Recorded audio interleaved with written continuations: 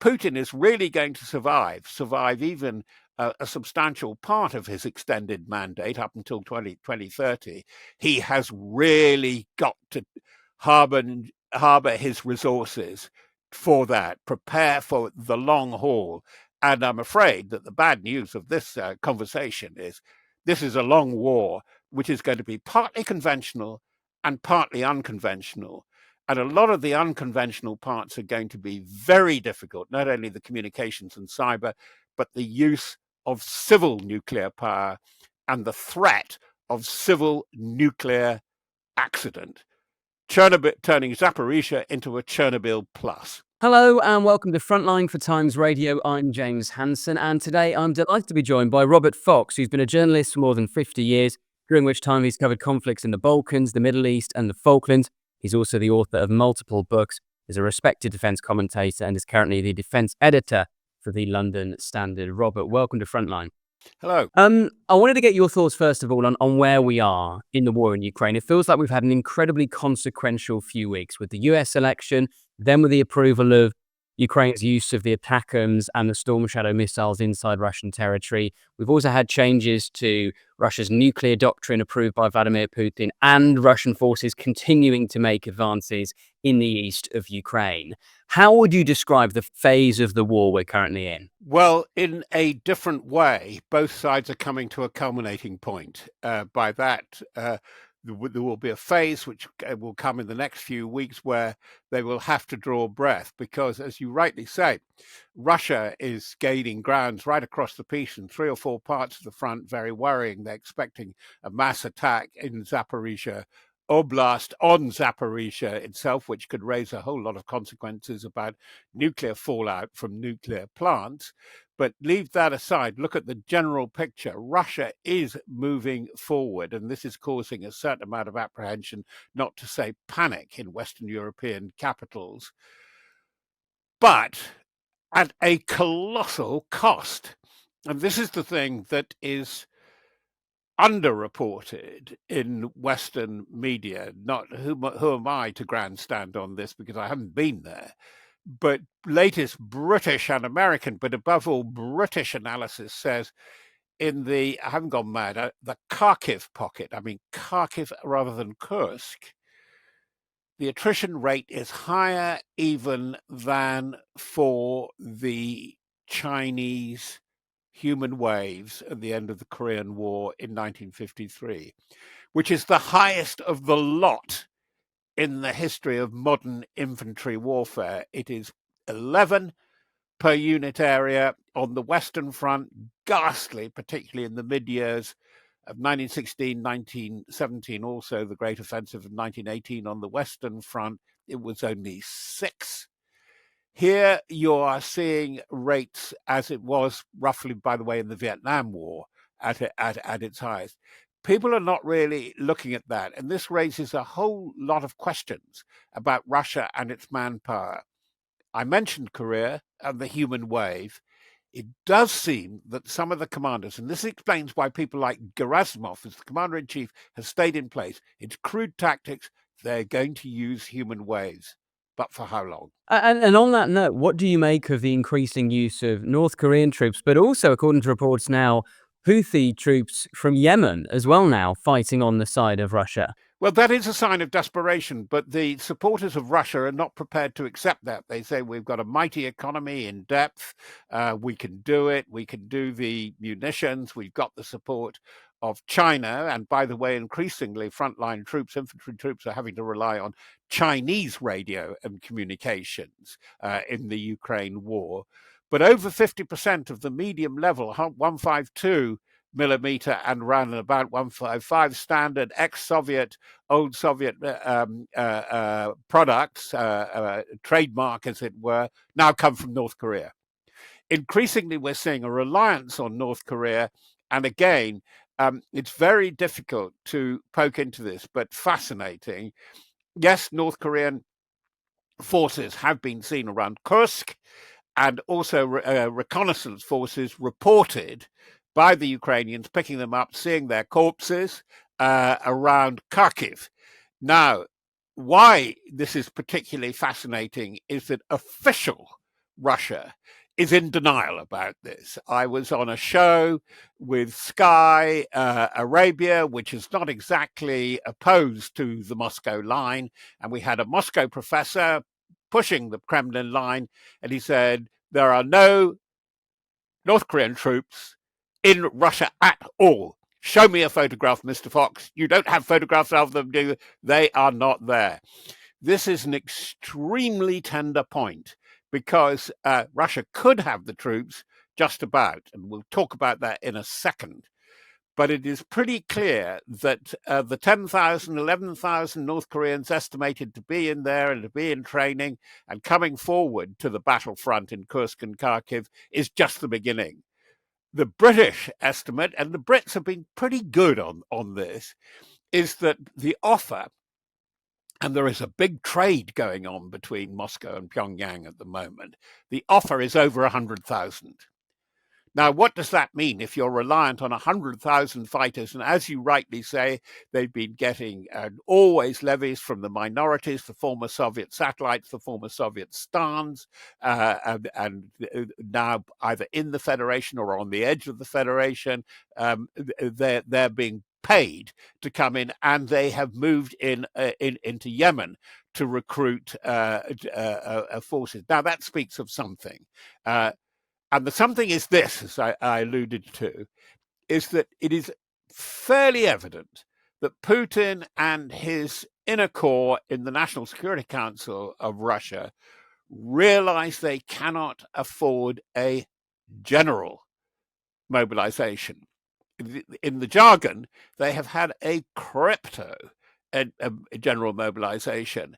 And over the past 2.5 years, this has yielded forces of over 1 million. But the requirement is enormous. They went in with about 120, 150,000 in Feb 22. There's at least double that amount. There's about triple that amount in and around the area, actually in the fighting line or prepared to come in. But the requirement still is, and this is the unknown, which I would really like to know more about, over 500,000 is required for internal security. Not just I'm not talking about police here. I'm talking about interior forces, whether from the Interior Ministry or from the Defense Ministry itself. Now, that's a hell of an ask. Now, there's one extraordinary, and it's slightly sort of strange love in real time prospectus, is that that what North Korea could be doing, or rather, North Koreans could be doing with their feet. I must say, in my conversation with the Russian professor on Sky Arabia, extremely favourable again to the Russian line, he was a historian, apparently. He came up with the glorious line, but Russia is so far away from North Korea. It's a very distant country. Well, you probably know, and this is pub quiz time, that Russia has a common frontier with North Korea. And there is the tri-point between Russia, China, and North Korea. Now, there is a scenario, because there has been a lot of pressure there, that North Koreans could vote with their feet, starving and desperately deprived, and push over the border. This is a big prospect, and of course, who does it trouble most of all? It troubles China. I just want to go on about North Korea more. We must be. Have you looked at the extraordinary oil deals that have been done? Russia is now shipping over 1 million tons of crude into North Korea, and also, of course, shipping food. Now, that's where it takes us. We got to look at what is the quid pro quo, and there have been very odd clues in this past week of what Kim Jong-un's team and Vladimir Putin's team have been talking about. That's really, really interesting, Robert. And on the broader kind of geopolitics of the situation, is there not a massive risk for Putin, who is clearly hoping that the incoming Trump administration is less hostile to Moscow than the Biden administration has been or the Harris administration would have been? Is there not a risk for him that if he is seen to be getting too close to Iran, who of course have been providing Shahed drones to him, if he's seen to be getting too close to the Houthis in Yemen to the North Koreans, palling up with China. Is there not a massive risk for him that the people in the Trump administration who may be Moscow doves but are very much Iran hawks turn against him? From what one can see, from the way that the information war was conducted during the election campaign in America, Putin himself and again his inner core is neutral about Trump. He doesn't necessarily regard Trump as an ally, but he regards whatever threat there may be, the major threat, the front foot kind of stuff that one heard from time to time from Biden, Blinken, and Sullivan, that is going to be dialed down. And that is why we can see, haven't we, that the concentration is on Europe. Europe is the enemy as much as anything, and European NATO. He thinks there is one view of the Kremlinologists now, is that they see is that Trump may do enough damage to America himself for Russia really to have to bother making a main effort there. And I think there's something to that. But going to your point about Iran, the Houthis, now Iran gets a bit difficult because one of the things of increasing Russia's power base and anchoring it as the central Eurasian power, which is Putin's vision. It is the great fact of European and Asia, is that he's going to accrete. He wants to absorb countries, very much Ukraine, in the way that he's doing on the one hand Belarus, but the other is Georgia. And in Georgia, there's a lot of activity again. The resurrection of the 2008 conflict, arguments. There has been an election, which Russia obviously had its fingers in, and it didn't go entirely against them. As I said, Abkhazia Ossetia has come up again. And also there is competition for access through the Caspian and Caspian oil via Azerbaijan. Oops. And here they come into competition, possibly even local conflict with Iran. Am I making it sound complicated? I hope I am. It is an extremely complicated mosaic. And that's why we have to see what Russia is trading. And there are two aspects to this that I would like to stress. One is the widening of the war in the grey zones, undeclared war, hot war, but very nasty hostile acts, surveillance, and even possibly cutting of communication cables is the latest. Possibly sabotage bombs, particularly with carriers and in Western warehouses. You've got that. And the other thing is the extraordinary remarks again about North Korea. Because leading up to all this, we had the publication, both in Pyongyang and Moscow, of the Mutual Defense Pact agreed by the two leaders in June. And you have to look very carefully. It is a mirror of NATO. They agree to mutual defense, that if one is attacked and invaded, and this is spelt out explicitly in the treaty, the other will come to its rescue. Now, let's move on a bit. I hope it's only a few days. We see the use of the Oreshnik missile, which seems to be a bit of escalation on the battlefield. Yes, it is a very effective weapon, and it's an intermediate, potentially nuclear weapon, which would have been banned in the INF Treaty, which was abandoned by Trump in 2019. What is important about the attack of the Oreshnik missile on Dnipro is that it showed its capability. It had an IMRV capability, a multi-reentrant warhead, 64 warheads on it. They were conventional. So it's a beast that can do quite a bit. The most important thing was the accompanying text, because within 36 hours, Putin goes on television to explain what this is about. This is a real challenge to air defenses. No Western air defense can defeat this. And he's doing it because it's aimed at the US and Britain for allowing ATACMS, deep strike weapons on the battlefield around Kursk, and Storm Shadow it's interesting he didn't raise Scalp, because certainly the French Storm Shadow will also be released. And what he accused the West of, and this is where the text is ominous, he says, this is the response to the West plans to US plans to produce and deploy intermediate and short-range missiles in Europe, yes, the shields and so on, and the Asia-Pacific region. And this is why there is such alarm in South Korea as to what is going on. Because with one bound, as it were, the frozen war of the Korean War of 1953 has become semi-Freddo. It's not quite a hot war yet, but it's like a semi-Freddo ice cream. You know, it's melting. It's getting there. And South Koreans, with some justification, are fearing Kim Jong-un, breaking out of his isolation and having a go. That is a really serious point. And also, earlier on in the speech, Putin made it absolutely clear that he was going on with the war in Ukraine because, after all, it was provoked with the West. Now, the bit that we really have to focus on is why this has become like a perpetuum mobile machine. Putin needs the war machine because when the war machine stops, the economy, which is overheated anyway, will probably fall apart or have to adjust and adapt in an extraordinary way. And that is when his position becomes very delicate. We hope you're enjoying today's episode of Frontline. Don't forget, you can also now listen to Frontline in podcast form.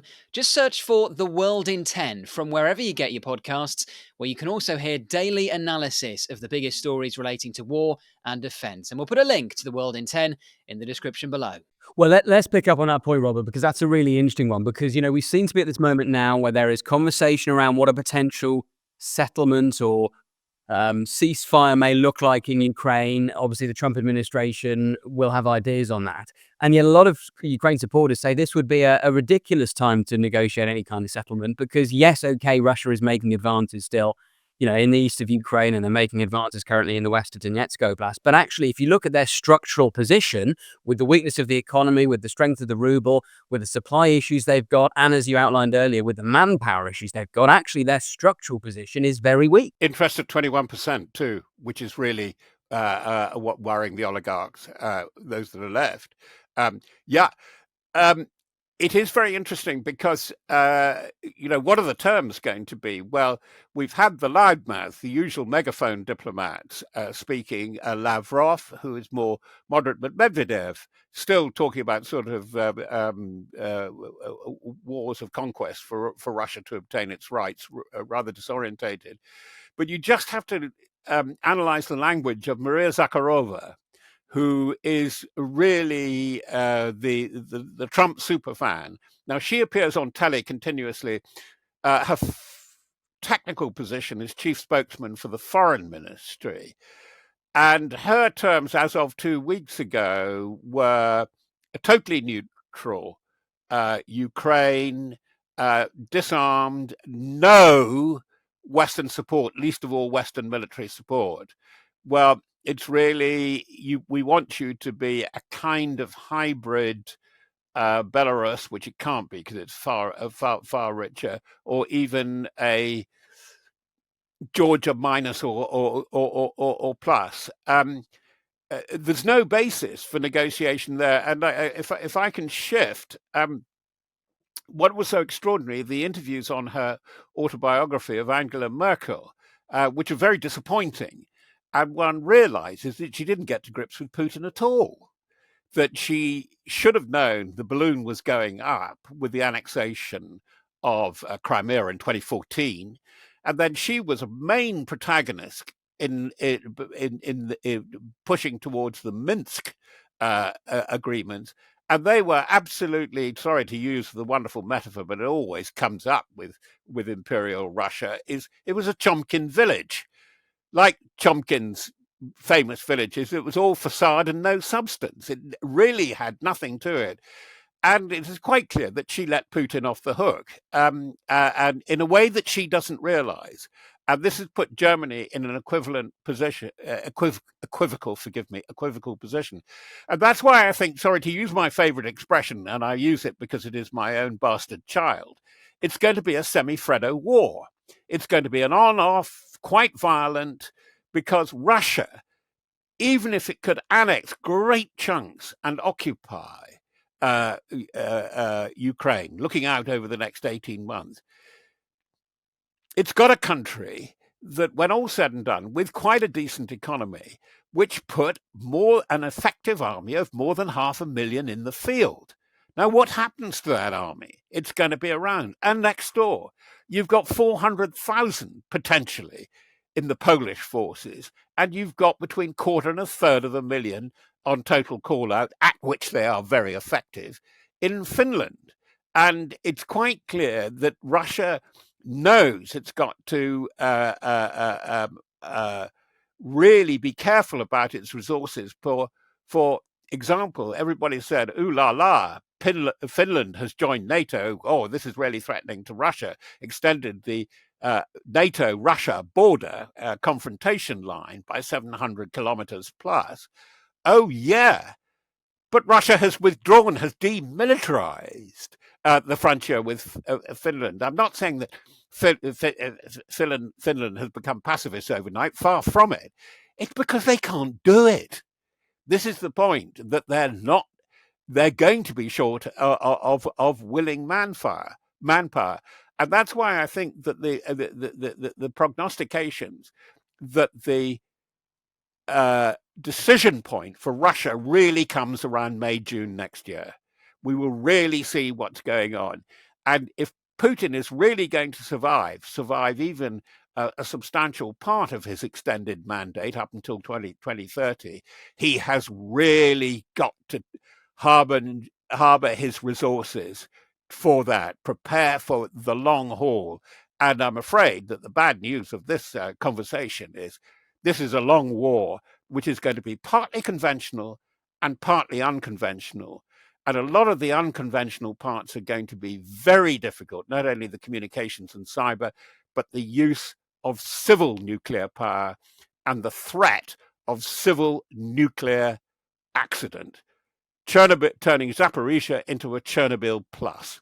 And do you think, Robert, we should now be viewing this war through the lens of a global conflict? I mean, we have heard Vladimir Putin use that language. Donald Tusk, the Polish Prime Minister, was using that language very recently, and you talked about the potential implications for North and South Korea and many other parts of the world besides. Is this now a full-on global conflict? I think it's useful to use a global concept as a handle. Gosh, I sound like a Jesuit theologian saying that, but let me explain. Sorry, unfortunately, that sounds too much like Nigel Farage. But let me explain. It is globally linked. It is a chain mail, a global war. One thing leads to another, and is the unsuspecting. Because where I think Donald Tusk and the others are right is that we are not discussing nearly enough in all this the global south. And the concept of the global south, remember there was the initiative to help the global south, I remember years and years ago, and I think the Cold War, of course, was still going on with Edward Heath and Willy Brandt. We've got to bring in the south, looking at the potential and the hazard and the difficulties of the development of Africa and the African continent. Yes, the dialogue is absolutely necessary. And this is where, frankly, Putin and co have been shrewd in the way that they've been trying to establish as a global player now the BRICS Plus. They added South Africa, but they're now about 20 affiliate nations. They met in Kazan. Putin, who had been indicted by the ICC, was embraced physically by the Secretary General of the UN. Yes, it's an important part of the peace, but the most important part, and it's very, very difficult because it's exploiting both sides and is the main conduit, I think, for much Russian embargoed dark oil and energy products, oil and gas, is India, and where that fits. So it's not a global conflict, but it's a game of many, many global halves. And as I said, it's chain mail. And you can look at things where suddenly something gets activated and becomes part of another. For instance, what's going on in the Red Sea. I don't just mean the Houthis, but the way that the reconstituted Wagner group is now getting involved in Somalia and Sudan. We have to watch it. What worries me is two principal European powers are very, very weak about this. They're weak physically, they're weak intellectually and mentally, and I don't know which order to put them, but they're Germany and the UK. The Starmer government has been poor to negligent on this, seeing so much of foreign affairs and foreign exchange and negotiation as purely being a matter of human rights. Very, very important. And lawfare is a new player on the block. We have to understand that, but it is not predominant. You have to be prepared. And Germany seems to be in a perpetual quarrel with itself about where it stands in the world, but where it stands in its immediate locality. In other words, looking to the east, Ukraine, Poland, and the Baltics. This has been absolutely fascinating, Robert. Just finally, before you go, we should mention we're recording this the morning after the ceasefire agreement has been announced between Israel and Lebanese Hezbollah. And I mean, there's so much to go into there. We don't have time to go into it in depth, but just in terms of its potential implications for Ukraine, I mean, there are those who say that the main beneficiary of October 7th, for instance, was Vladimir Putin because it took global attention off the war in Ukraine. If the situation in the Middle East begins to cool, and that's a big if, what implication might that have for Ukraine? Well, I think it's extremely complicated, and it's so complicated that I will simplify two or three thoughts, and these are mere bullet points. It does focus on Iran. What is the role of Iran going to be? And there are elements in the Iran leadership, I think, are thinking very hard. Are we going to go for broke and go full nuclear, full military? Or are we really going to have to pay attention to local relations? I mentioned the South Caucasus, where they're deeply involved. And what do we do? We've still got a very vociferous intelligentsia opposition. Put that to one side. The other thing that is very interesting throughout the Arab and the Muslim world, and I think that in a peculiar way, as they focus on Gaza and try to bring things together there, the Netanyahu settler plan, his three settler ministers, pro-settler ministers, thinking they could rub out any aspiration to a Palestinian state. No, that's back on board. Who is demanding a Palestinian state? Quietly but most firmly of all, Mohammed bin Salman, who is a major player now, more major than he was before, even maybe. Now, here I'm going to draw it together. And this is the great thing, and they will not bring it up. The desire that dare not speak its name. MBS, Mohammed bin Salman, will come into the story, will promote the Abraham Accords, which many of them want, which is Israeli technology going in to help the resurgence of the Gulf states, particularly Egypt to some extent, and above all Saudi Arabia. What's the real price? Nuclear armament for Saudi Arabia. And that starts a whole whirligig of carousel of nuclear proliferation, because if Saudi gets it, Egypt will want it, Turkey will want it, and probably the UAE. Don't think that we can dial down on nuclear, because it's something that should concentrate the minds. And I would like, again, because it's been a founder member of so much, I would like to have more engagement of the public from Whitehall and Westminster about what this really means. I don't care whether you change the coordinates of vocabulary from defense to security and resilience. But the Starmer government, particularly, forget about what the Tory government, that's gone. It's not going to be back for another 4 years. They must engage the public about this, as in their very characteristic ways, the Finns, the Norwegians, the Danes, and above all, the Swedes, and even the Dutch, and they're well worth looking at, are engaging public opinion in a very imaginative way. I see very little of it here. in the square mile down the road from me.